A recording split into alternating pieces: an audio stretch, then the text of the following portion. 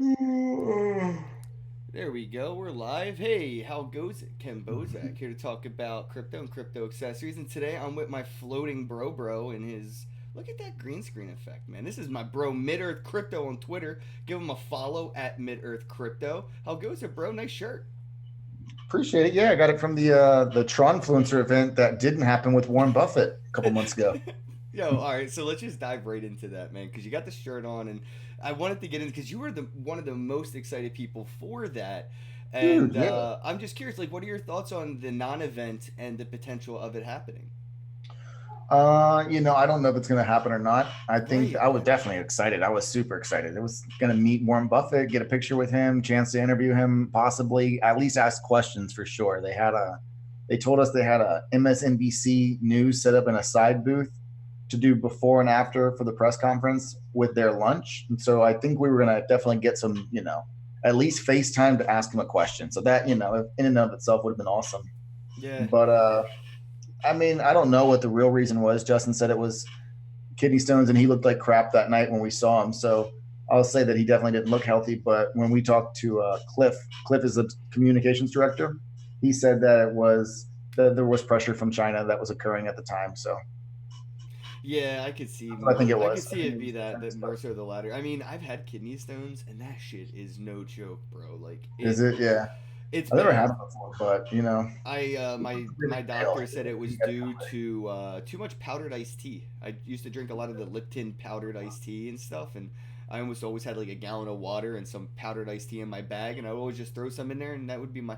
I don't drink any powdered drinks, Kool Aid, powdered iced tea, none of that stuff anymore, because I found out my body doesn't process that shit. So all the No, powder that I drink, the drink comes out, but the powder enough. stays and accumulates into these piss diamonds that just feel like porcupines coming out of my urethra, bro. So if he had kidney stones, dude, I would have canceled. I don't care how popular Buffett is. Fuck I don't that. know, man. Well, I can't speak because I haven't had it before. But he showed up for the party that night, So like, eh, I wouldn't have been anywhere with kidney stones, bro. You ain't I wouldn't have been going at the party nowhere if I but the didn't go fucking to. hospital, bro.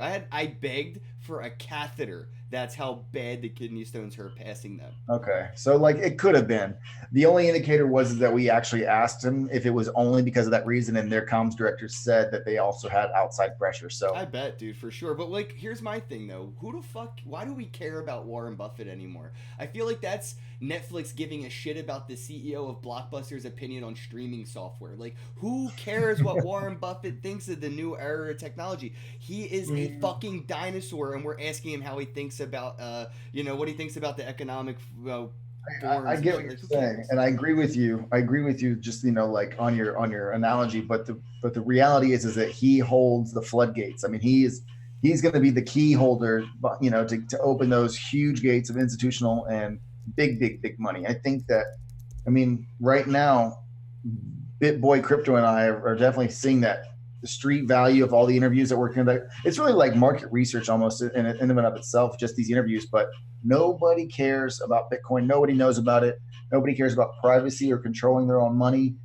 They're oblivious. They're ignorant in their bliss. So you Privacy know, people definitely opt into ignorance, right? They choose not to know about the privacy issues, or they choose to even acknowledge that they have privacy issues. I mean, look what happened with Apple's iCloud and the fappening. Every celebrity under the sun had their nudes leaked. Nobody yep, cared. Edward Snowden had to fucking leave and get asylum in another country and exploit what our country's doing to us, and nobody cares. So not like, really. Yeah, so I mean, it's going to come down to the individual when they start using these things against the individual. Again, it comes down to like nobody cares if they come for your neighbor, hardly care if they come for your friends and family, but they start to give a shit if they come for you, and it's already too late. I have right. a fear that that's what's going to happen with our privacy when it comes to data, not even just currency and money Yeah, transmittance, but just data in general. People are going to have to see that their DMs are being used against them, and that's and then it's going to have to. it That'll be happens. what causes the change. Is what you're saying. I've seen friends of mine go to jail over Facebook DMs talking about buying weed, and it's being used Really? against them in the court of law, and chat applications, third party applications being subpoenaed for conversations that are being used, and it's little things, like again like buying weed or whatever, but I can see the other side is like, well, what if they're fucking child sex slave text messages? Well, I get that, but you know, the whole thing about Who where, draws that line? yeah, exactly, the line. Where do you start to worry about, like, well, hey, I just jaywalked on my way to the store, and then you get a PayPal withdrawal for $50 because you admitted to jaywalk. Now they're already Right. deducting the. That's Yep. where we're headed to. This whole fucking like automated fucking fine and ticketed world where, you ever see that movie with Sylvester Stallone where he curses? I think it's like Judgment Day or something, or shit. What is it? Yes. He Yes. he He curses goes and they back give in him a time. He goes ticket. forward in time. Yes. Yeah, and he gets a ticket for. I feel like Yep. my Yeah. phone is going to be listening, and when I say some shit, it's just going to take money out of my fucking PayPal or something. Like, we're not far from that. That line needs to be So drawn quick. NPR just had an episode about that. Really? NPR just had an episode about that, about automated tickets for speeders, like and just Well, they have automatically them now. getting The like setting cameras up are on the automated. highways right now. They If you're, have them there in like cities. Yeah. And they just want to set it up nationwide, just have it, set up nationwide. And I'm just like, that's like just the start. Like, if you ever notice when you're coming in from like tolls in port of entry places like Miami, anywhere along the Gulf Coast, kind of, if you're going into tolls, they have like facial recognition scanners in there. And I think it'll just be eventually where those scanners are going to be everywhere in America, everywhere. And our cars, everything that we thought, that, what's that one movie with Shia LaBeouf for Eagle Eye? yes, That's I don't think that's far off. I think no, that's, I don't think no, that's too far off. And so but people will say and tell you and act as if it is, far fetched and it'll never happen. But we see these things already happening, and like my perspective on ticketing is just fucked. I don't like the idea of a ticket. All it is a post admission fee.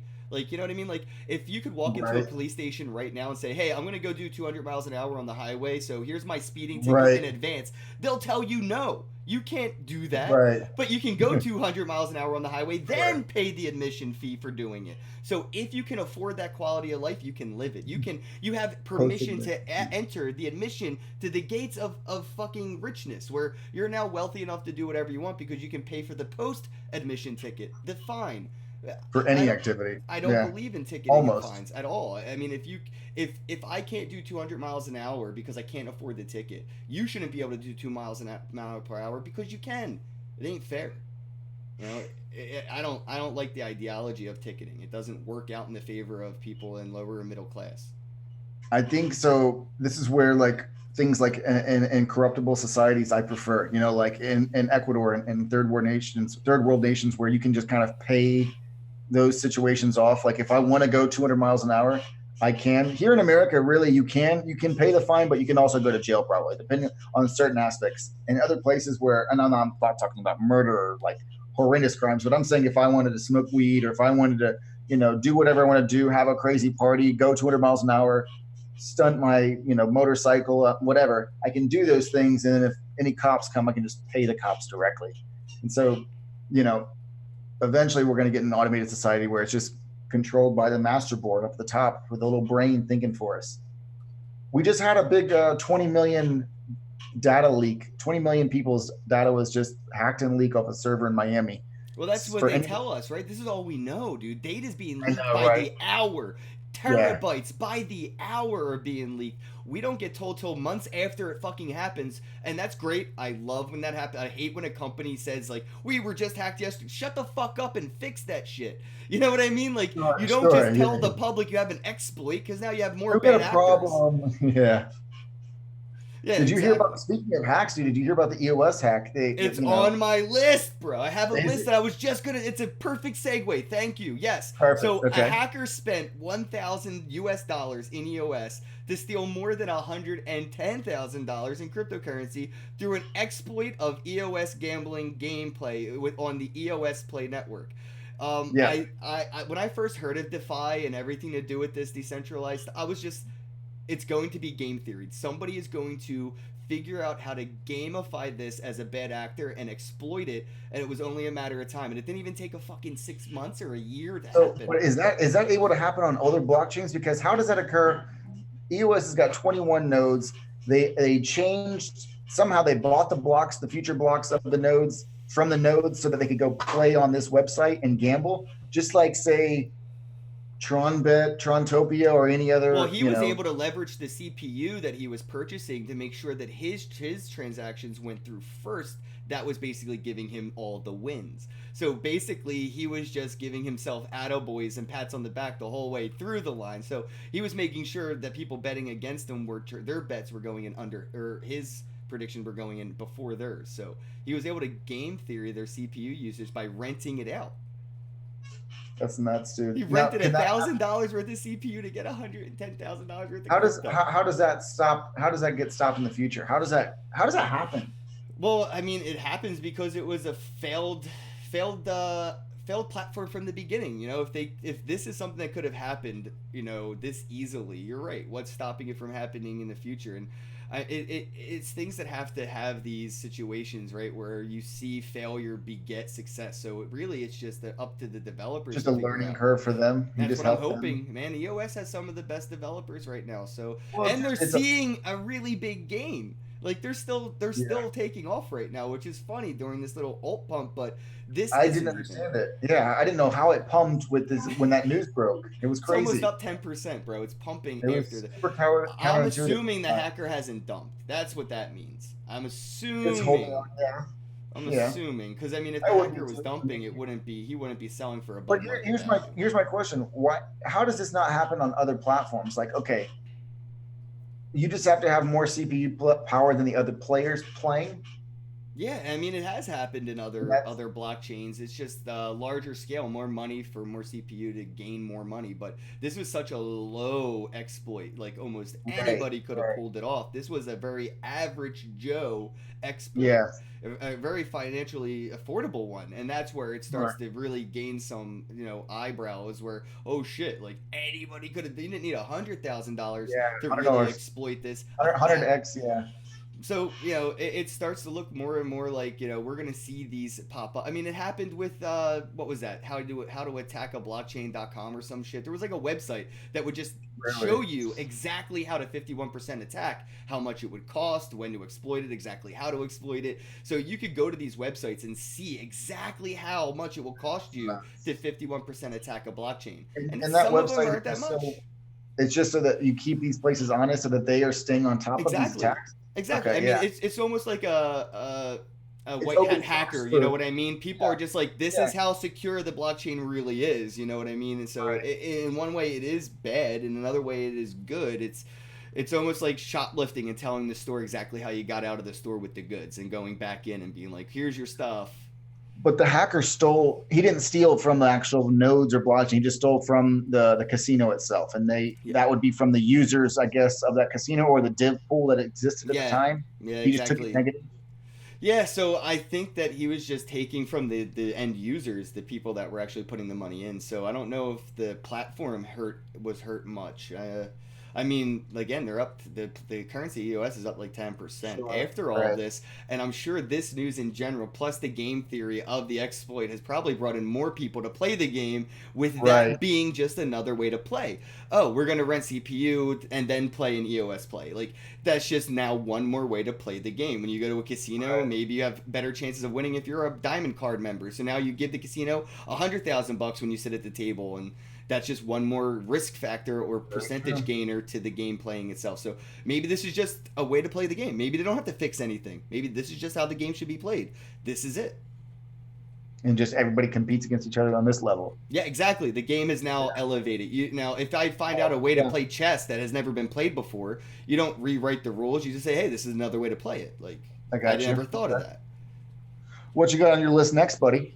Actually, I guess the segue on, it wasn't on my list, but I thought it was really cool. Somebody received $80,000 in BTC. I believe it was a African or Indian company owner. It was some random person. I just read it as we were about to start the call. I didn't get a chance to really get into it, but somebody returned 80 grand in BTC that was accidentally sent to his wallet and said, thanks, but I don't need it. And I thought that was a really hard flex. Ooh, wow. What a flex, bro. But I want to talk more so about the possibilities of accidentally sending crypto to the wrong address. Yeah, it happens all the fuck, dude. It used to happen to me a lot in I've 2016. done it once. Wallets Yeah. are awful with that shit. I've Yep. accidentally forgot to copy the address properly or something, or maybe I added a space at the end, so I go to Yep. backspace that space and I remove the letter. And wallets Yep. back in 2016 didn't have any features that would say this isn't a Bitcoin wallet address. Tell you. Don't Yep. do this. Or some wallets won't even let you send it to an address they don't Yep. like think is a real address. If you're Yep. trying to send BTC to a BCH They're address, Ethereum or wallets something. today, they'll tell you nope, nope, nope. But wallets then used to let you. I'm Yep. curious how these wallets, because they're decentralized, right? So they take no financial responsibility when end users lose funds. How they're Right. gonna help their end users stop losing funds? Is it by giving them less control or giving them more control? Where do we step in to intervene over user error at this level? When you're being your own bank, where does the oversight step in where it's the wallet's responsibility rather than the end user's responsibility? So I've got a wallet that's frozen right now with probably $600 or $700 worth of Tron on it, because Tron used to do these things where it was manual entries for the PKs, for the private keys initially, and they had the key store, but that was if you were going to keep it on your computer. Otherwise, you were inputting it manually, and if you inputted in one address off, one letter, one number, whatever, it would still generate a new Tron address. And Hmm. in the beginning, I didn't know. I was, because Coinbase and other, exchanges at the time would give you different addresses. They would generate new, like a different address every time you're going to go do a Ethereum transaction, things like that. And so I was like, okay, I was used to new addresses. So I sent the money to it, and I've still got the private key for that specific wallet. What I think is going to happen, as soon as the money gets to be a big enough amount, I'll have to offer up a bounty and give somebody the private key, or hopefully Tron or somebody will come along with a program that you can input your private key in, and it'll change every number, or change one variation if it's got one thing is off, to allow access to this wallet. Or there's going to have to be solutions that get people A, their money back, or B, their the ability to stop from that occurring, because it's going Now, to keep would happening. you consider this a blockchain flaw? Something that Tron could have saw coming and No, it's just something that needs to be like a custodial flaw, probably. Like if you don't want to be in charge of your crypto, if you don't want to be in charge of your keys, then you need to trust somebody that is responsible, and then they are responsible for your money. so you're Otherwise, you're you're a fan of custodial solutions then? sure, absolutely. For the non um, technical investor, for somebody who's not going to be comfortable storing their private keys, storing their, I absolutely think that, giving the trust over to somebody who's more capable, just like a financial advisor. See, you There's just no, touched on the big word there with custodial services. In my eyes, is trust. I don't trust Coinbase. I don't even know if they have as much Bitcoin in their wallet as they say their end users do when you open them. It scares me that they're not auditable and they only do self investigations when accused of insider trading. It's just like these custodial services are great. You're right for non-technical investors, but then I feel like it's one of those double-edged swords. Is the risk-reward aspect of it? Teaching a man to fish rather than going to the supermarket and getting it. Well, if you caught the fish, you true. know it's fresh. You don't know how old that fish is or if it's or whatever. So the custodial services, in my eyes, need to be auditable, need to be more open source and insured. Obviously, like a lot of these custodial. Solutions are self-insured or something and don't have third-party insurance or don't even have asset insurance. They have fiat insurance. So if you lost 10 Bitcoin, they're only giving you the dollar value of it, not the Bitcoin itself Right, back. right. That breaks my heart for the investor aspect of it, where you see these large capital investors come in with $100,000. Something happens, they are insured, but they get the harsh reality of they were insured by their fiat, not by their crypto. And I feel like we're Yeah. going to see these new insured solutions come around as custodial solutions get more popular. I hope eventually we'll see federal insurance for it. I think that, long term, what you'll see is JP and Lehman Brothers and the other big, they're Well, this all is going to why the offer. ETFs aren't being approved. There's nothing in place that needs to be in place for these things to succeed. We still are Well, building the but foundation. Bakkt would, and it would require them holding actual like Yep. Bitcoin, and Yeah, so that's Solid X, kind of, right? when I say custody, I actually mean custody. I don't mean we have control of your private keys and things like that. I mean, I do. I mean, like, I imagine that Lehman Brothers should have a cold storage, you know, with hundreds of millions of dollars of Bitcoin on it, and then I'm sure that there's a way to offer up some kind of atomic swap between a cold storage, device and a hot wallet. Or you can, I was just learning about some new hot wallet that's just as safe as cold storage because of the way the atomic swap works within the hot wallet. So it's not like it's ever stored there. It's only there momentarily. Like, it's during the changes when it's actually vulnerable. Okay. But in my eyes, I'd see like an actual vault that would hold cold storage, and then them holding the private keys for tons of clients, and those private keys coins wouldn't actually be stored on any server anywhere. They would be in a physical guarded location where their diamonds and their gold and all those other hard assets are held. Well, let's So talk about what may be holding a lot of this back, because we could be moving at a much quicker pace than this as far as progress in crypto goes.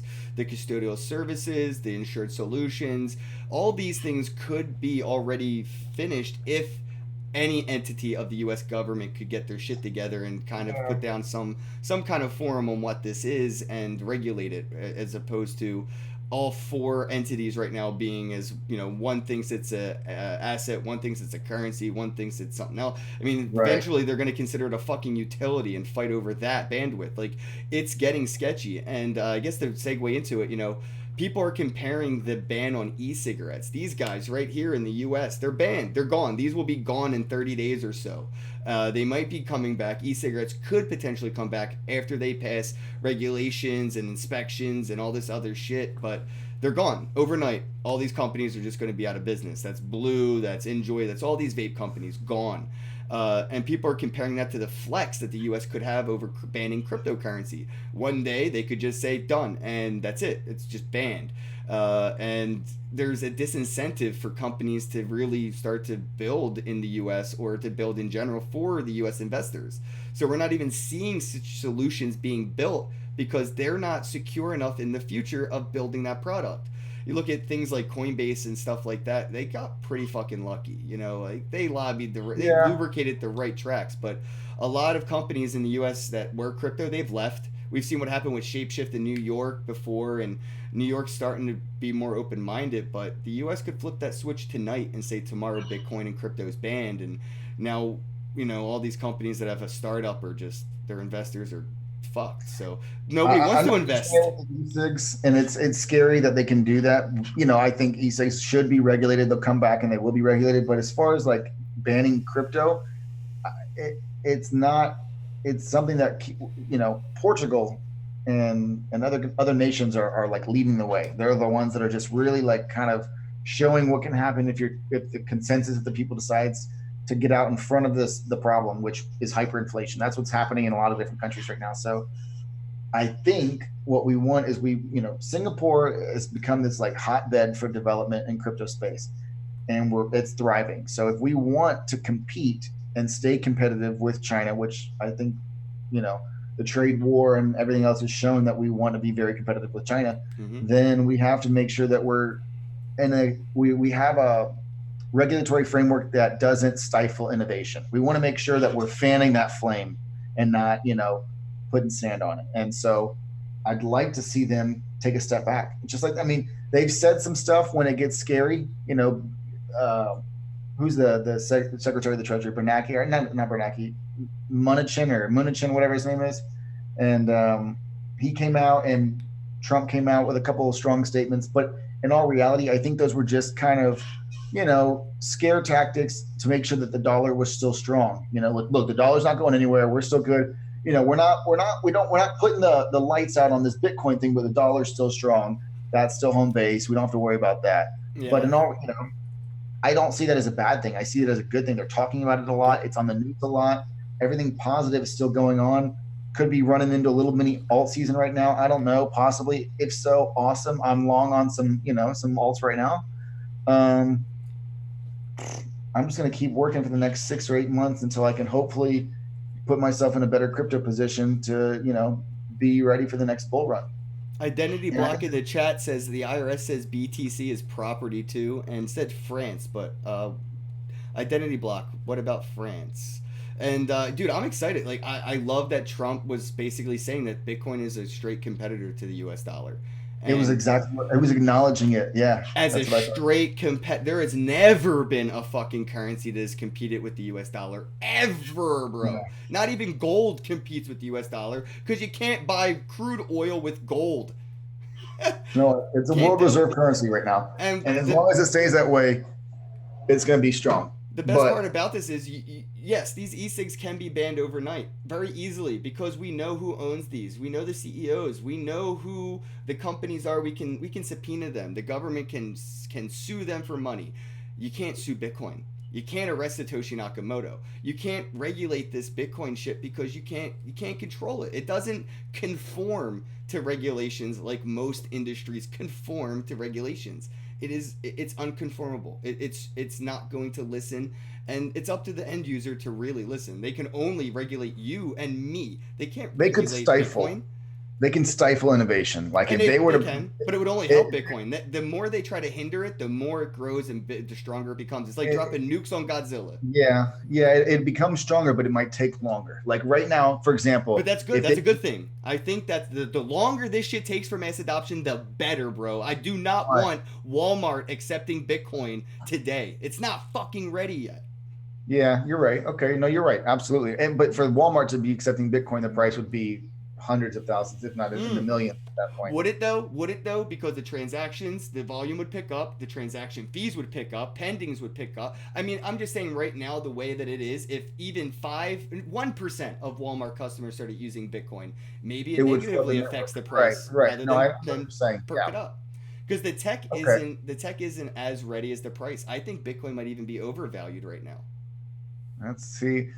I didn't think it was when it was 3,000, but it's this whole 3 to 14 down to 10 run while the alts just dive further was confusing for everybody, I think, you know? Well, Segwit has picked up. I think finally Segwit has a dominance on transactions on You're Bitcoin. talking about So Lightning Network? no, Segwit, segregated witness transactions are over 50. They're at 50.5% of the Bitcoin transaction volume right now. So Really? Segwit is picking up, and that's where I was segueing to was the Lightning. Where once Lightning is more established, I think that's more along the lines of mainstream mass adoption in the sense Right, where yeah. but right now where we stand, it's still in its beta stages. We're still at like internet, 56K dial-up bullshit where Yeah. we're not ready for everybody to hop on it yet because then it would slow it down for the rest of us who actually do need it. This is first world crypto appropriation. Crypto isn't ready for first world adoption. It's not even first world doesn't even need crypto. It's just trying to fit in with the trend and be fatty. America is just trying to run with the fad. No, Venezuela needs crypto. Yeah. America doesn't need crypto. So a lot of these, companies and corporations and governments and countries trying to incorporate this now, they're backpedaling because they're already in a position of stability in a sense. Venezuela, South or North Korea, Argentina. Argentina. These places need this plan B. Right now, fiat's working great. It's a lifeboat, but the cruise ship's going fine. You don't get on a Yeah. cruise ship and sit in the lifeboat and wait for it to crash. You just know that hey, we have that, and at least we have that. We have Bitcoin, but there's other places that need it, and the risk reward or the inconvenience convenience factor is in their favor, and that's why we're going to see the true paradigm shift happen when places like Venezuela become a first world country because they were early to invest and they were early to adopt this because they were in a position of well it's no better than what You we have have. to. We have Yeah. no other, nothing better than this. The US, we have Swift, we have PayPal, Sure. all these things work. Sure. We Venmo, have Cash so App. many things better than this Yeah, I agree. until they are until they impose their censorship onto you individually. You have better options, but we're starting to see first world industries see that their remittance options aren't for them. Going from cannabis to sex working to gambling, all these industries have issues with the current infrastructure of the financial system. They're looking at Bitcoin and cryptocurrencies in the first world view in the right limelight of where to implement it because they already have the Right. problem. A lot of companies, a lot of industries are just trying to fit the square peg into a round hole Sure. Just because the create square a, peg's really popular right now. yeah. I know what you're saying. Yeah, just Oh, it's blockchain. Let's be popular because it's blockchain. Yeah. Yep. No, it's not for Just you. It's adding- not for Kodak. Kodak, get the fuck out of here, bro. We don't need your blockchain. You know, and that's I just saw. how I feel. No, it's well. So when I see like Wells Fargo creating their own internal blockchain for, Dude, the financial Federal transactions. Reserve's creating their own FedNow blockchain. In 4 years, they said they'll have it Yeah. ready for same-day remittance. So this is their pitch. It's the FedNow. same. That's their Imagine solution. getting your Yeah. paycheck today. Today. That's their slogan. Like, really? You can do that today. You don't need to involve any newer tech. Just give me my money. Well, no, it's a definitely step up for them from their 3-day hold with the federal holiday, this, that, and the other. But yeah, Yeah. 4 years. Okay. Well, that 3-day hold's just for the banks. That's not real. That's Oh, I know, nothing it's to do with the tech. The money has been settled. They just need the time to invest it, manipulate it, loan it, interest it, and then give it to you. Dollar, the fractional reserve banking has made the dollar such a scam that everybody is okay with that 3-day freeze waiting period, but they don't realize that for those 3 days, the bank is making bank off your money, and that's why they're not giving it to you.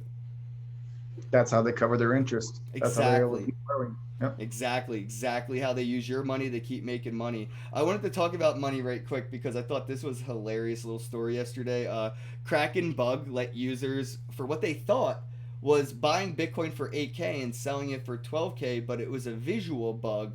They said that these were just visual glitches in the chart, but the books they met the right market prices and everything, but visually there I was a saw bug. that candle. I saw that huge candle, but so that was just a UI error. Yeah, they said that nobody actually got to do that, and it was. I'm starting to be really concerned about these exchanges and these bugs that they have, because what is a bug versus an inside hacker? Yeah, like, what's the difference right now? How do we tell? And it's just a really good scapegoat for these custodial exchanges to have on the way out of fucking over their end users, really.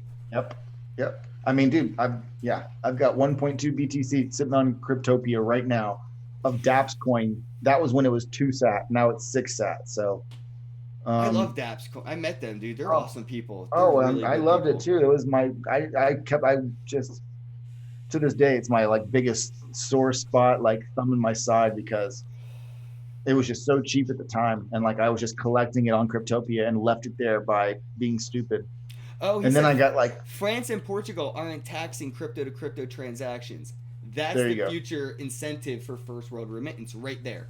That's the incentive to get these very high valued transactors into this space, is seeing that that tax-free solution. Vegas in the US, Nevada, they're already a tax-free crypto state. I wonder what the question is if you never, what happens when you never come out to fiat? What if you only that's where exactly never do it though. Exactly. Never fuck fiat. Never cash out the fiat. Worst case scenario, I think we can get away with the bartering law and get around tax that way, where I'll give you Bitcoin and you pay my rent. You pay my rent directly. I don't want the cash. I'm not giving my cash to my landlord. I'll give you my landlord's fucking banking info. You wire him the money. I give you the Bitcoin. I did not cash out. No taxing on that. Yep. And then what happens when my landlord starts accepting Bitcoin directly, bro? I think the ideology of taxation is dying. Just the belief in it, the way that it is structured, the definition of taxation is the dying, way it's structured. And it will be restructured. I still believe in taxation. I still believe that. Me too. Bitcoin tax, transaction fees. That's the taxation with true representation. Yes. Yeah, absolutely. And I'm okay with that. And and they're optional taxes, bro. You can optionally pay a transaction fee. I can send it to 1 sat because I optionally said I want to pay tax. I could use the Lightning Network and pay no tax, no transaction fee. Right. But now taxation is going to be an option, not an obligation. People will opt in to pay taxes, and that transaction fee or those things that will be taxable in the future will be smart contract driven, where I'll be able to say my taxes go straight to paving roads and filling potholes. We'll still need some like required taxes, I think, for like for roads.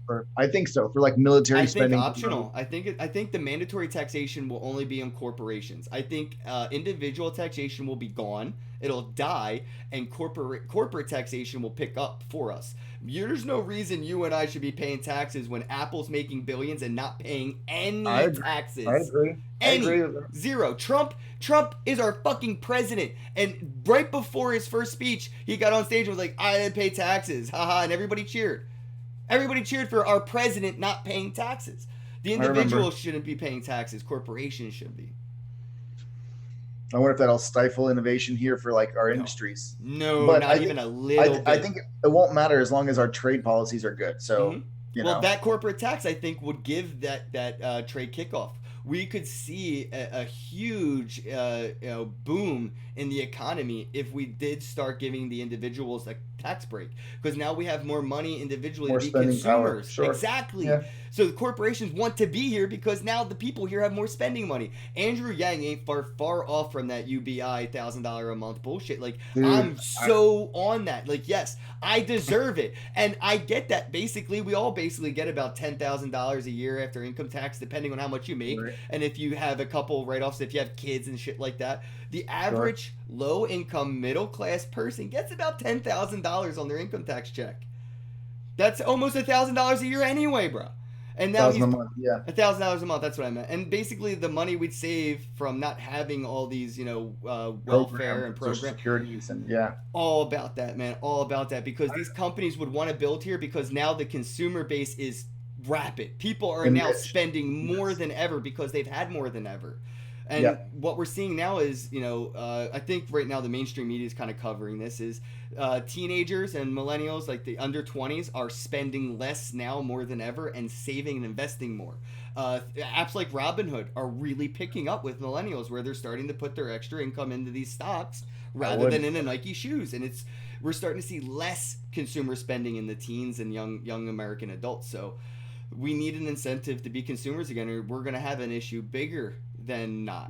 So I'm excited to see what happens. I saw Justin's son try to match that. I'm gonna be like, yo, test it on your boy right here. Like, just I live in Ecuador, $1,000 a month that pays all the bills and then some. Like, we're living, we'll test it out. So right. Well, for me, $1,000 a month means my rent's covered, and I can easily afford to go to school for a trade that I can then go and produce some kind of services. So I mean, Yep. like, people don't go to school because they can't afford it. Then they get a loan to go to school to get a job that they can't afford to keep because the loan is just eating up their money. They might as well not get a job so they can't lose money. Like, people I think go to, like it'll decrease crime rates a lot too, man. You got people that aren't having to like steal to pay bills, and you can people just are count going to on- jail for stealing baby food, bro. Yeah, How do that's you crazy. go to jail for stealing food to feed your child? If it comes down to you stealing to feed your child, and that our solution is sending that person to prison, we have bigger We're just a problems. wealthy enough country to where we should be able to do that. Exactly. So I mean, well, a lot of other countries will highlight America's not a first world country, and it's not. We have a lot of first world states. anymore. We have a first world government, but we don't have a first world country. Look at Detroit. Look at where. yeah, I agree. Wait, what's the? I always forget about this, and I'm so sorry because it's been like Flint. 7 years. Flint, Michigan. It's been like 7 fucking years, bro. 1 out of 4 kids are dying from poisoning in their water. Is that true? Yeah, dude, it's fucking toxic. It's that's nuts. so bad, bro, that it is very, very third world relatable, and that's in America. Right. We have this happening in America. So I mean, Dude, to say that we're in a first world country. San Francisco yesterday, there was like this crazy shooting, just by where all the homeless people sleep. So even in major cities that are like the most beautiful cities in the country, San Fran, there's a crazy homeless epidemic going on right now. I've traveled the world enough to see homelessness is everywhere. It's not just big in America. It's not just big in France. It's not just big here. Homelessness is big everywhere. I've been to Canada. Everywhere I go, been to every state in America, everywhere I go. Homelessness is a fucking plague, bro, and it's just being produced by the system itself. The system itself is producing homelessness. Universal basic income would definitely be like, I just don't know, is it going to be a Band-Aid on a bullet wound, or will it actually curb us back into an industrialized nation? Will it make all of the youth sit down and say, hey, look, I want this trade, or I want this, or I've got time to focus on this, or I want to design this, or I want to create this, whatever it is, I wonder, will it make us lazier, or will it give us the ability to leap forward. Well, here's the thing. Those people will always be those people. Nothing will change that, right? And They're always those going to be people that that don't traditional want to people. contribute will always be parasites. I think that we have to just accept that. We have to accept that And not everybody's going to contribute to society. Some people in society are just there to leech off of leech. society, right? Sure. Or just to live their lives. Some people, they're just not made intellectually, physically. Some people have handicaps or ailments or issues other than that that they can't contribute. Sure. Social We should take care of anxiety them as a stops a society. lot of people from getting jobs, just in general. Social people can't go. They lose their. I've done this, like where I just have a panic attack on my way to work, and I'm just like, well, I guess I quit today. You know what I mean? Like, so Yeah. those people, they're gonna always need the help. And I think that people that are in a position where they want to be creators, they want to be contributors, but are hindered by the financial burdens of society, will be able to finally. And if you look at the way if you look at today right now, entrepreneurship is rampant. Everybody wants to be their own boss. Everybody Yeah. wants to make their own business. Well, Everybody that's the wants to be hot on thing. fucking Shark Tank. Nobody wants to be an employee. Nobody wants to be an associate. Everybody wants to be the owner, the boss, the manager. Let's give Right. everybody that opportunity. Instead of saying here's $100,000 loan with a 50% interest, now go to school, Right. go get the job you want. Well, you can't just pop out and start your company now because you're already in debt. Now you have to Right. be a cashier. You have to be the associate just to break even on your debts. Then you can try to take a loan out to start your business. It's the great question. Does it produce productivity or give us more lazy? Does it make us lazier? The That's the only way question. to find out is, I mean, obviously the Is it system we have try? right Why now not? isn't working. We have to change it up and hope that Sure. something else Yeah. will.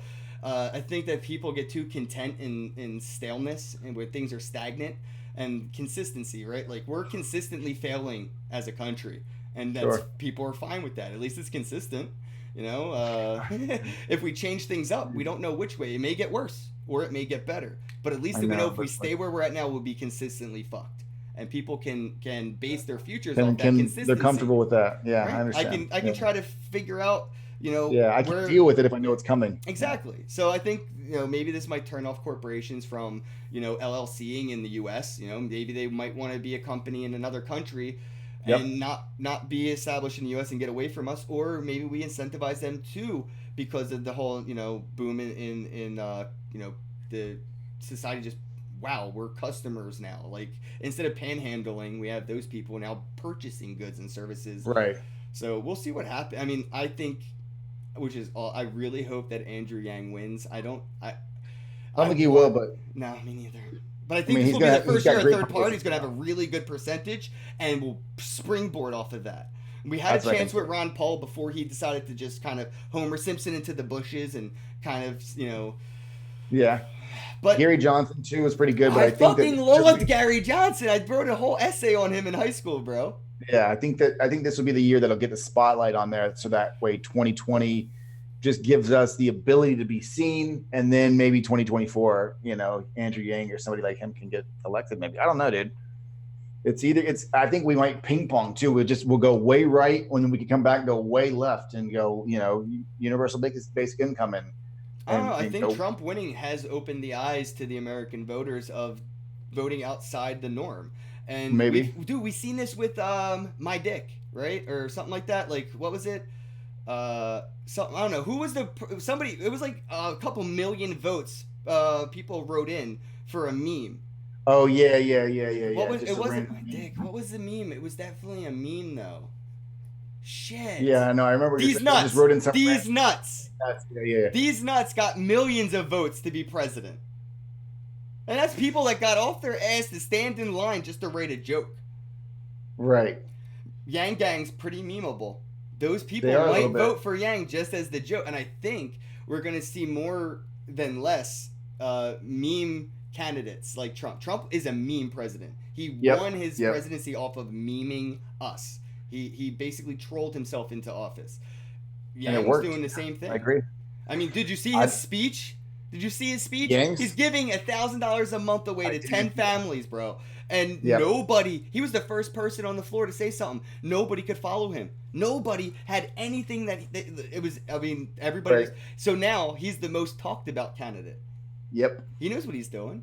And he's got Of his course. own crypto. He doesn't stand behind it, but he's got his cryptocurrency.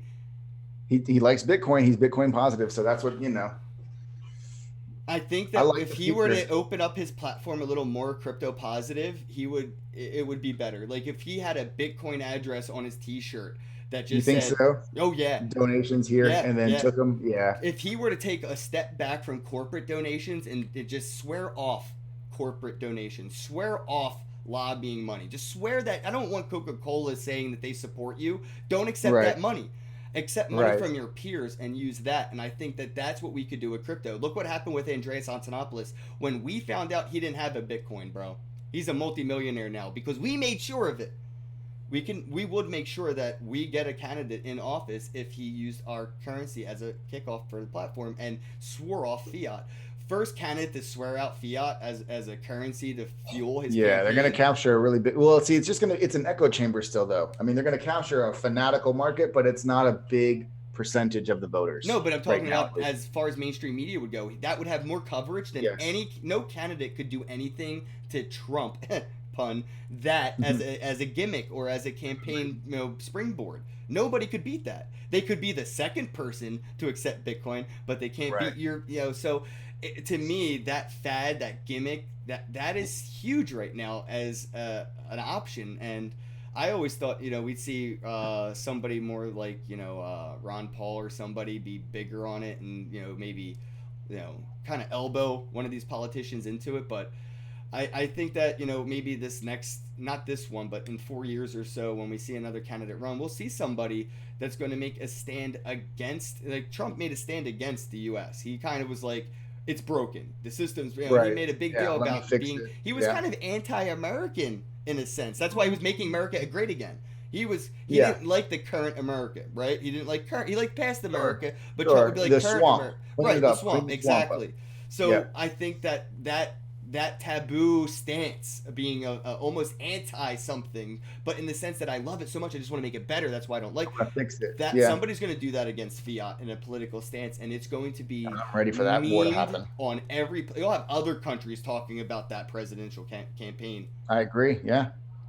What do you got going on this weekend, man? So am I going to be seeing you in Philly, huh? Yeah, bro. Hopefully you're gonna be crashing here, man. I guess That's we'll see yeah. what's up with that. But yeah, we got Coinvention in Philly, and I'm really excited to hang out with Nick. Nick Spanos is probably one of my favorite speakers when it comes to Nick. talking Okay. shit on the Federal Reserve and the U.S. dollar and shit. There you go. He had a really good rant in Canada at Futurist in Toronto. But I thought Yeah. it was pretty funny because Nick's talking about the U.S. dollar, the Federal Reserve, the IRS, and everything in Canada. So like Right. at the end of his speech, he didn't get such a big applause because I don't think he really reached anybody. Nobody really understood. Nobody caring. Yeah. Right? I was like, yo. I got But you. when he's in the U.S., bro, he kills it because he does. He nails it right on the head of what the issues are, and he really kind of highlights the issues of the lower class, middle class person. Not so much. You see a lot of people highlight the issues of corporations and big money. But I have issues in general sending $1 to somebody who needs it to get on the bus to go to work because it's hard to send Yeah. $1 to somebody, or even Sure. 50 cents. If you're 50 cents short for your bus to get to me, how do I get that to you? Why is that such an issue right now? And Yes. it's just I because the way agree. the current system's put in place to hold the smaller dollars down. Dude, I completely agree. I mean, dude, I have that issue every month, once a month with Western Union or MoneyGram or whatever it is I'm using at the time. So Oh, I talked to enough Uber drivers to hear people have issues with sending or paying more in Western Union fees than the amount they actually sent. so it depends. If you it's $5 for under $50 if I'm going to send money outside of Ecuador. But if I'm in Ecuador and I'm trying to send money within Ecuador to an Ecuador, like I'm in Cuenca and I need to send money to Guayaquil, it costs me $12 to send any amount. I could be sending $10. It costs me $12. So like if I needed to send emergency money for, just like you said, emergency money for a bus so that my wife can get home because whatever, she lost her purse or something, I'd have to send, it just doesn't make any sense at all. And we used to do the same thing for sending money. Like when the earthquake happened, I didn't have a way to get cash. How do I get money? Western Union was closed, like, and even still, it's like $1,000 is what you can send for legal limits per month. You're only allowed to send $1,000 a month there with their country restrictions.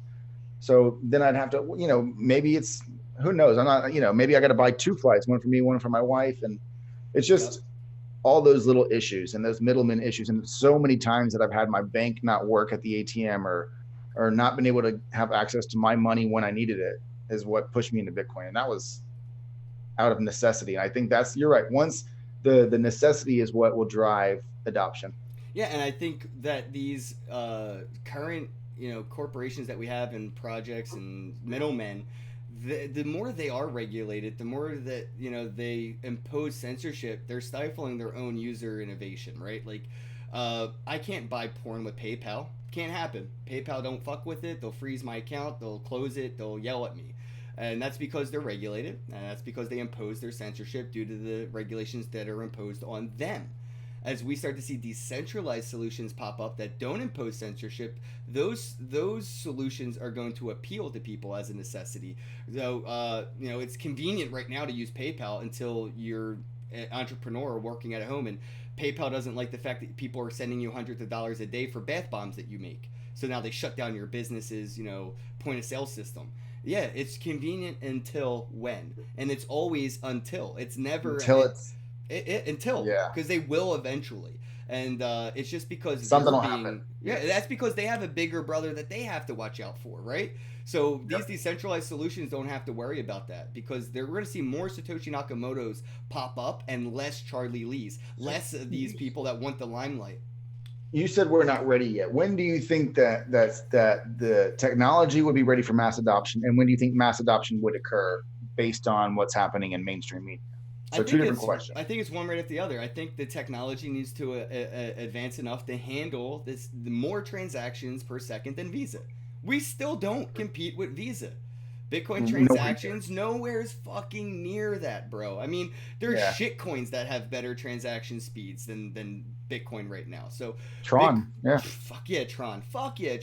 So that's what I'm saying. So right now, Bitcoin just needs to get its innovations in order for it to be ready for mass adoption and things like that. So I think Lightning 100% needs to be finalized. We need to run through it for probably. I'm convinced of the dApps, man. I think the gaming dApps are going to be crucial to adoption in the future. I think that I want the gaming dApps to transition from like money grabs to educational tools. We'll see that. Them to, like, actual games that can teach kids like to play and interact with wallets and private keys and mnemonic phrases and all those things, but like real games behind them, so that there's like I bet there will be corporate bounties on education real soon. Now we're seeing a brain drain in the US. For every one developer, there are 9 jobs. For every one developer right now in the US. You can get a 6-figure gig in crypto just day one. And then day 2, you get another bigger offer. So the incentive is there. The drain is there. So these corporations will probably be putting educational bounties out saying, here's $100,000 if you complete this course. And that's it. Right. No strings attached type shit. Because get it. Because they need us. They need you to be. They need smarter people. So that game theory on education will be there real soon, I believe. Like we're starting to see things with like what is that? Udemy. Have you checked out Udemy? Oh yeah, I have heard that. It's basically a pay-as-you-go college. Oh, okay. So I didn't know what it was. I've just seen this like on my Facebook already. I was like, I love Udemy.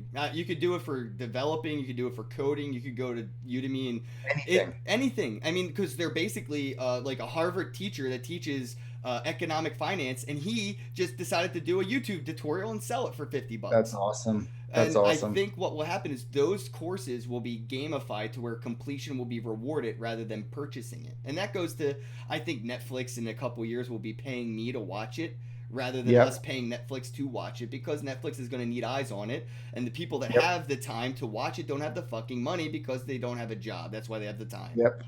They need to be paid. And that's where I think like Beatscoin or Be Live, things like that, where you can Tron TV, where you can decentralize and compensate the viewer and provide more value to the content creator, to the person that's actually producing whatever it is that's being viewed. They get paid more, because it's direct interactions, and then the viewer. That's where I think YouTube will fail, is they're not giving back to the viewer. The viewer does nothing but give and give and give. The viewer just gives their life essence to YouTube and gets nothing out of it except a laugh or some entertainment. But that's not enough. Other platforms are starting to realize that attention begets money. So every Yes. view is worth a penny. Well, why don't we give a third of that penny back to the viewer? Correct. And That's what's gonna that's what the Yep. future will be, I think, too. Yeah. Yeah. That's what platforms are starting to realize is if they don't have a way to monetize their incentives of their end users and then gamify that, they're going to fail. Those three Yeah. aspects have to be in a project right now to succeed because your byproduct has to be something you can sell. YouTube already has that, the data. That's the byproduct.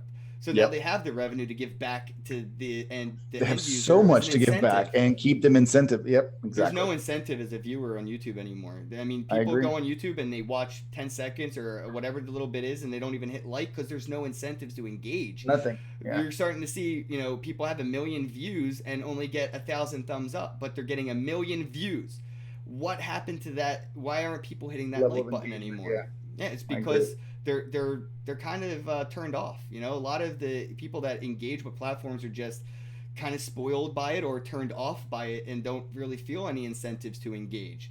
I was actually at Anarchadelphia the other day, and there was a panel with Jeff Berwick and Max. I can't remember, but the audience member had a really good point. Was Jeff Berwick and Max, they brought up a thing where their YouTube videos are being like hidden and not suggested and things like that, and Right, people yeah. aren't engaging, they're not commenting, they're not liking, and audience member said, well, that's probably due to the fact that a majority of us that do watch your content refuse to log in and make a Google YouTube account. And I never thought of that shit, a lot of people that watch videos don't even have a YouTube account. They're not. Yeah. They can't hit like. They can't hit Well, subscribe because on they're mobile- not logging in. Yeah, on all my mobile accounts I've ever had, I've never logged in on them. But I watch so many YouTube videos on my phone, and when I do want to comment, sometimes I'll notice I'll like go log in first, and I never, even when I want to comment, and I'm like, oh, I have a good contribution, but as soon as it asks me to sign in, I'm like, oh, never mind, I'm on with my next thing. Like, that's so true. Yeah. Let's see. I wanted to talk a little bit about this number because I thought this was really awesome. The number of Bitcoin wallet addresses holding at least 10 Bitcoin, which is now worth about 100,000 US dollars, today's price, hits a new all-time high. There are more wallets now in BTC world with 100,000 US dollar value, 10 BTC per wallet now, more than ever. More than ever. Did you look at the one, because they had a whole stack of like different stacks. So the one BTC holders was like 35% increase. It was something huge too. So like the 10 BTC one. So whales are stacking. Whales aren't. Whales are stacking, and then like I feel like a one BTC holder is a whale too. Like not like a whale, but you are. At 21 million Bitcoin in a fucking 8 billion person populated planet. If it's a world currency, bro, fuck the Rothschild. Fuck them. I think it's $10 million at that point. Like that's the evaluation. I think so when I think about that in my mind, I think of 10. But properties. that's if dollars still exist. Yeah, I visualize a world where BTC has no dollar equivalent value because dollars don't exist anymore. That's why I say 10 properties. So like I think we need to start pairing BTC to gold. I want more people to look at the gold value to BTC value because it doesn't. Ounces. Look at it at pounds if you have to. I just look at Bitcoin and gold very similarly in supply and volume. It's not the US dollar. If they can print $1 trillion tomorrow, it's not a fair comparison to the value of BTC. I guess it's fair, but we only have that. So the total supply of gold is only on mined gold, correct? Yes, it's only on mined, yeah. So I assume that we've mined a considerable percentage, but I'd also assume that why wouldn't there be gold under the ocean floor? Like if it's found in caves in Tennessee, could it be found in caves in the ocean? But that's the same difference to me as Bitcoin lost in a private key is being lost in the ocean. But people will eventually be able to crack the encryption. So? Yeah, of course. And Bitcoin hash rate will evolve. It will fork. It will get better. That's still limited supply though. Like I understand you're just talking about the deflationary aspect of our supply because so many people have lost it, which is maybe might get, and it'll get incentivized because, hey, this is worth so much and the technology can advance. Same thing with the gold at the ocean. Same thing with the gold. The technology will advance to get that gold if it becomes valuable enough. And if technology advances to get the gold in the ocean, the price or the value of gold will decrease. Same thing would happen if if Satoshi's Bitcoin were to be released into the wild. That's a good Same thing would happen. And that's why I think they're fairly comparable when you look at gold and Bitcoin as opposed to the US dollar. I do consider Bitcoin a store of value. I don't consider Bitcoin a currency. I don't use it as a currency. I mean, it is a currency. It can be, but it's not. It can be. I don't view it as a currency. I don't. Just because Pokemon cards can buy you ice cream on the playground does not mean Pokemon cards are currency. True. And but I do believe that a Pokemon card can be a store of value, and you can save that for tens of years, dozens of years, with the thought of selling it at an increased price later on. I'm trying to do this crypto game as much as I can to stack Bitcoin. All I want to do is get as much Bitcoin as I can right now. And I do like the alts for the short-term stuff. Like I like alts for 6-month flips. I like alts for, but I haven't been in alts since San Francisco, and I'm just now getting back into them now. Last week I opened up a long position in alts. Well, that's where I'm at. Since this is, we can wrap things up on this topic, since this is where you're at. I think what we're seeing with this alt season is a pre-cycle to what we're going to see happen to BTC. Nobody in these non-taxable crypto to crypto events or incentives again for this. Nobody's cashing out. Nobody's going to fiat. Maybe stable coins, but these alts, that profits that you're seeing, that 8 to 10% in altcoins profit right now, will go to BTC. That's where profits go for cashing out. That's the bottom layer of this world of crypto. Right. So when I see alts gain 10%, I'm seeing a 10% gain in Bitcoin just to come. It's sort of like the storm before the storm. Sure. I can see the hurricane behind the thunderstorm. I guess I could see, if it's cyclical, I could see how Bitcoin already popped, and now that money from Bitcoin ran in the alts. Mm-hmm. Somebody cashed out a little bit, but the idea is pump the alts up and run back into Bitcoin with the alts staying nice and high, because you're not selling into USDT, you're just trading into the BTC value. So against Bitcoin, they might drop, but I want to see Ethereum take off. If Ethereum takes off, then I'll feel way better about alt season being. Ethereum's going to have a long run before a nice pump, I believe. I truly believe that. I looked into the Ethereum Enterprise Alliance recently, what they're all up to and what everybody's in.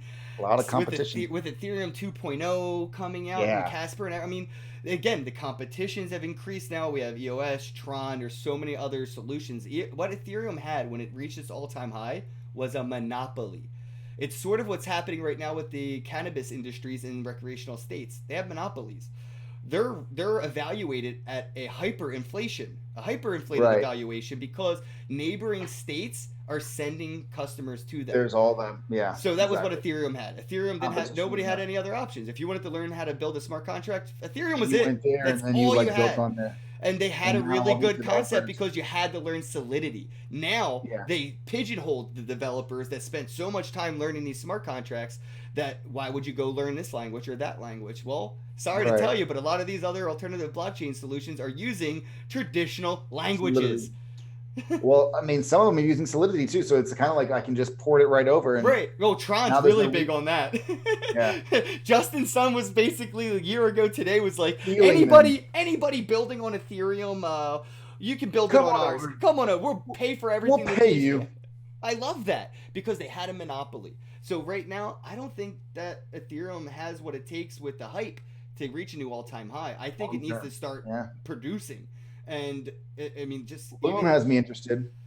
I mean, dude, you could look back at so many reasons why high investors aren't looking at Ethereum, to the CryptoKitties debacle, to the DAO debacle, to Ethereum's Vitalik Buterin's death debacle. Yeah, when he died like 3 years ago, the market dumped like 300% overnight, but he didn't die, bro. It was just a meme. So like, if Ethereum is that sensitive because it has centralization to a deity, it's gonna have a bigger, harder time than Bitcoin. That's why I'm pretty big on Bitcoin. None of these altcoins are created anonymously like Bitcoin was. Everybody wants to be the Jeff Bezos of a shitcoin. I know. I fucking hate it. People need to get rid of that hubris. If we could just have an ego, we need a huge ego death in crypto, so people could just step back from the fucking limelight and build things without having to be that person. Like, imagine if Litecoin didn't have a Charlie Lee. Yeah. So that's how I feel, man. A lot of these are already failed. Like, unfortunately, I think the same with Tron. Unfortunately, I think Tron's a failed project from the gate because the Chinese government can say on a phone call, don't go to dinner with Warren Buffett, and he won't. It's true. It's And true. I got no response for you there. You're absolutely right. so that just scares me, man. So where do you see, like, do you see, these altcoins kind of leading to Bitcoin, or do you see sort So of it's like products altcoins like having a lot of these, a majority percentage gain? Like, do you think Bitcoin could go up and alts can follow at the same time? I used to, and the last few months proved me wrong. Honestly, man, I'm trying to base myself in, I'm trying to find comfort in the fact that the projects that I'm invested in are working products. Like the casinos are real casinos. They have real products. The content creation, like beats, I'm pretty heavy in beats right now. I got into beats when it was like before the hype started. They're going to IEO at the end of the month. I think they could maybe disrupt the YouTube section where we talked about viewers getting paid to view content. Well, there's a lot of projects out there like that now. I mean, Float and Yeah, BitTube, D-Live. I mean, I'm excited for BitTube, the I've seen non-monopoly D-Live. era right now because we were stuck in that weird little moment where we had nothing but Yeah, we didn't have a monopolies. lot of One choice. company Yeah, did this, one project did that, and now because of open sourcing a lot of these protocols, anybody yep. could build a pretty much Lego Just do set it. Copy comparison. and paste and go. And that's what I like about these things. If they do work, we're just going to see corporations fork Tron. We're going to see so many forks of Tron, so many forks of Yeah. Ethereum, so many forks of Bitcoin that are going to be built to really fit the needs of that project. So I think we're going to see more forks of Bitcoin rather than less throughout the years, and that is one of the biggest. And nobody really highlights this aspect. If you hold BTC, as we do see these forks, you get all of them.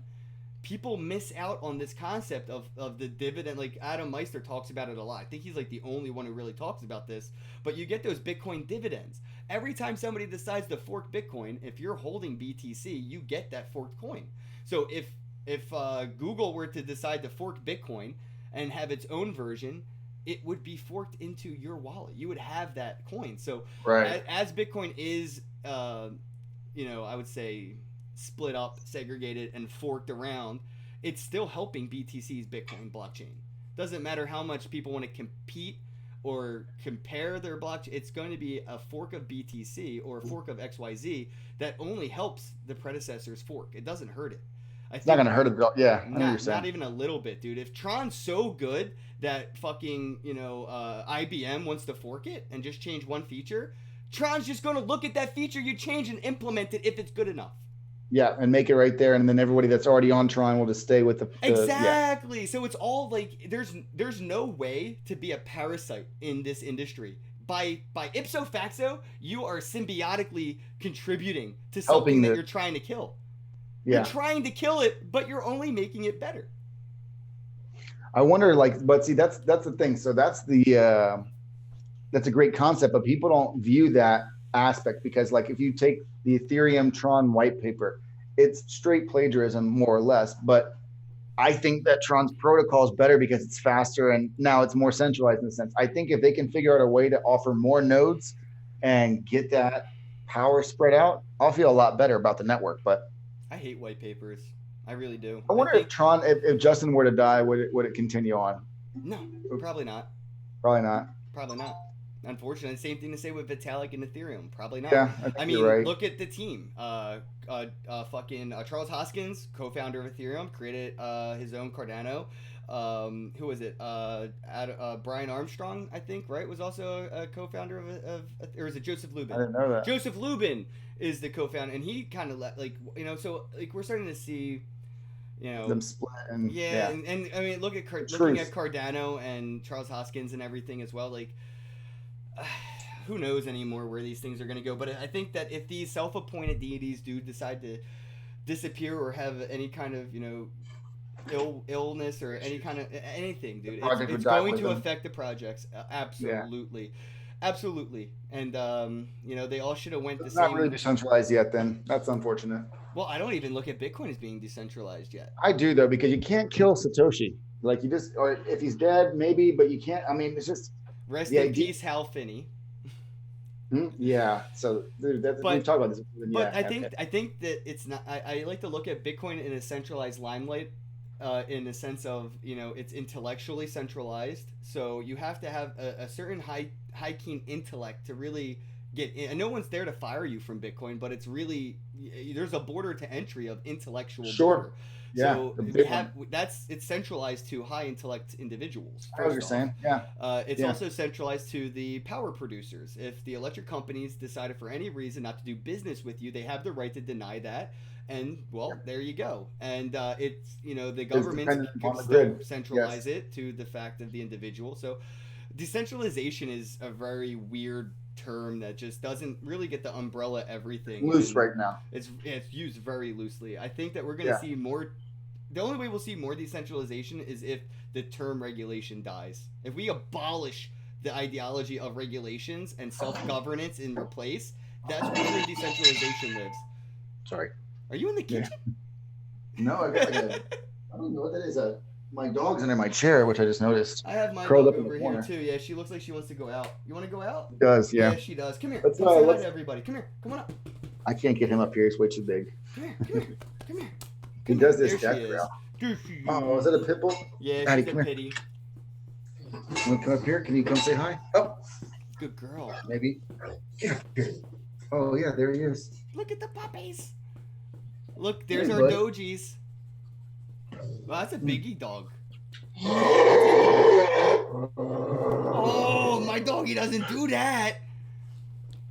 She doesn't do that. That's It's his cool. death growl. All right. I love it. Oh my god. That is so intimidating. No, man. That's like him being sweet too. That's like his love. It's really funny. So I guess one last thing. Yeah, I'll see you in Philly for Coinvention. What are you looking forward to, bro? Like, why are you coming to Philadelphia for Coinvention? Why am I? I don't know. So there's That's the truest fucking answer I've ever heard anybody say. Like, that's my answer to every conference. Ken, why are you? I don't know. I don't know. No, there is one thing. So there's a Solidity Coders meeting network. I want to go meet some coders. I want to go find some people because I have a couple really good DApp ideas. I know all the organizers, so I can get you some one-on-one with anybody, bro. Like, yes. I'm going. Ben's getting me a ticket, and we're gonna go do like a day of street content in iconic places. Just Liberty Bell, Rocky Steps, yada yada yada, recording interviews and stuff. And then that night we'll set up at the meetup with just like our cameras and interview people, everybody that's coming in, just do interviews like that that. sounds like fun, man. I live in Philly and I haven't even done that, so that's really cool. Yeah, We've been doing it here in Atlanta, man. I have like anxiety with that, so I've been seeing that stuff. And Young Dumb Crypto is one really I love that they go on the beach and they ask people and like, do you want $20 or do you want $20 worth of Bitcoin? And it's really cool what you're doing with that stuff. That and nobody took the Bitcoin. I get so scared, bro, when I go up there. Like, I'll do it when I'm in the car with an Uber with my waitress, but like me walking up to somebody and interrupting their day to be like, hey, it's like, tough sometimes. Oh, bro, I can't do it, and it's only because of me. Well, like I don't want that to happen to me. We've had to figure out our spacing because like we did the offering when we were offering money, we were offering cash, the gift cards and crypto. That was better. But when we're just like, hey, can we interview you? And it's like a Braves game or like the Falcons game. A lot of people are like, don't want to stop. You have to make sure that you get there early enough to where they're not feeling rushed and like but a lot of people just don't care either, dude. They just don't care about crypto or Bitcoin, even if I'm offering to give them $10, so we'll just we're gonna do a college tour. We're gonna go around a bunch of different college campuses and hope that like students have a little bit more. PA's got, Penn State and Temple University, they both have cryptocurrency meetups that their college students host. I've gone to two, one of each, and they're not my taste. They're definitely college kids, and I'm a high school dropout. So we clash on mentality of where this is going. But they do have big interest, and Penn State actually has a really good meetup. So as a club, yeah, they have crypto clubs and stuff. Is do like a Tradoption tour where I go around. So like on Tuesday, I'll be giving my first ever keynote, and it's like a 45-minute fully anxiety. I'm already sweating for you. I'm a little nervous about it, dude, to be honest. We're like, I've never done that before. I've never given, but like, I'm going to kind of take it the same as this is in camera, with you, I'm doing a panel at Coinvention. I have to be on stage for like 45 minutes too. And I'm moderating a panel. You have other people though with you. You'll be all right, man. You'll be good. I hate dude. I can't do it. I could never do that. It's so crazy because you say that you have this anxiety, but when we hang out in person, you are the most like extroverted. You're Because talking I'm to in everybody. my zone, man. That's like, Yeah, you're because just like you're I only feel like I'm at home in my own bedroom when I'm surrounded by people at a crypto conference. Like, I've been to concerts, I've been to other conventions, right. I've gone out and done things, but like, I just never felt like I was at like a family reunion. I could be really myself and accept, That's what like, it is. Family I reunion. could Yeah, be so myself that, it's it's just so cool. nice to see people that don't judge. And there's such a mixing pot of people in crypto that Yes. I feel like everybody's so self like not self-centered, but like Focus. sort of like worried about the self-focused and stuff like Yeah. that. They're not really projecting onto you in this space. They don't, like, you come in and say, hey, I do YouTube videos. It's not like, oh, like, it's like, oh, Yeah. cool. Like, I mean, it's just Yeah. the What's your community's so channel? supportive. So like, that's why you see me be more extroverted in those situations rather than like me by myself What are walking you through the looking store. forward to most? I'm looking forward to Nick, the I meetup. love getting drunk and hanging out with Nick. Nick Spanos is Yeah. my dude. Yo, all right. So Nick to me is that guy that, like, celebrity wise, kind of really got me into crypto. I was watching the Bitcoin documentary, Banking on Bitcoin, on Netflix, and Uh-huh. I'm just watching it, and this dude's out there just giving away Bitcoin to people, and this lady comes up and she's like, I just want this, and he's like, but I'll give you Bitcoin, like, here, I'll give you a I hundred. remember this. And she Yeah. was like, yo, call me when you're, I'm like, that was so long I ago. Bitcoin remember was that. under 400. I Bitcoin was remember like that. Yeah. $200 to $300 at Bitcoin. So Yeah. like, looking at that, and I saw the video when Bitcoin was at like $400. So I was just like, oh my god, this dude's nuts. And the Bitcoin, the Bitcoin exchange next to the stock market in New York City was just, Yep. that's Yeah. Just a baller. amazing. The stuff that he did, so baller, dude. He was, Yeah. so the stuff that Nick did to me is like one of those things. Like, I consider him a forefather of crypto, up there with Sure, he's a pioneer. Charlie Yeah. Shrem, Roger Ver, Nick Spanos, people like Is that. Shrem gonna be in at the at this? I don't think so, dude. I was Okay. hoping he was. We were talking to him through Twitter. Everybody like from Philly were kind of semi trolling him to do it, but To come out. Yeah. yeah, I don't think it's his scene. But I hope that he would have popped in. I know it was really cool. I was at Anarchadelphia, and John McAfee had a recorded video for Anarchadelphia. I thought Really? that was really cool. Yeah, Where so he's in Dubai right now, right? that's what he's saying. Yeah. Who knows? Yeah. That's how I feel about John right now. If he's saying one thing, he's doing another. That dude is a For sure. magician. Yeah. I agree. He's all over the place. Yeah, and it's probably I want it. I've been wanting this to be a thing for like a year and a half now. I talked to John on the Coinsbank cruise about this. I was like, I don't even think you're John McAfee, and he looked right at me and he was like, you don't know if I am, and I was like, I know, I don't. No one knows if this. I mean, like, people know that it's you, but I don't think you're you. And he was like, I don't think I'm me either. How do you know I'm me? And I'm like, yeah, good point. I've been wanting for the past like 2 years now that the John that we know on social media and all the is not real John. It's one of the doppelgangers. Uh Yeah, dude, he's just been sitting in the background collecting money at home and has this doppelganger out there just paying the him. doppelganger's going crazier than he is though. So I don't know. The guy that I stayed with in Tennessee for those few weeks seemed like it was John. He drank like John. That dude was But I see you got the facial thing in the background. Yeah, Is that dude. for his maskless army? Yes, the John McAfee army. Yeah, I was Yeah. going to do something at Consensus, but he didn't have a chance to call me in when I had the opportunity to do something. Kind of stole the stage at Consensus and started talking about like free Ross and all that stuff, and I got kicked Did off you? the stage at Consensus. Yeah. Did you really? Yeah, they left them like they just got off stage and they just walked off like the panel they did, and Yeah. I just walked up on stage and flicked the mic on and it worked, and I was like, no way. Yes. No way. Hey, how goes it? I'm Ken Bozat, and there's like still people in the audience from the last panel. Yes. I was like, Like- everybody go to freeross.org, sign a petition. Like, yeah. That's great, man. That's really funny. It was pretty cool, man. It was really good.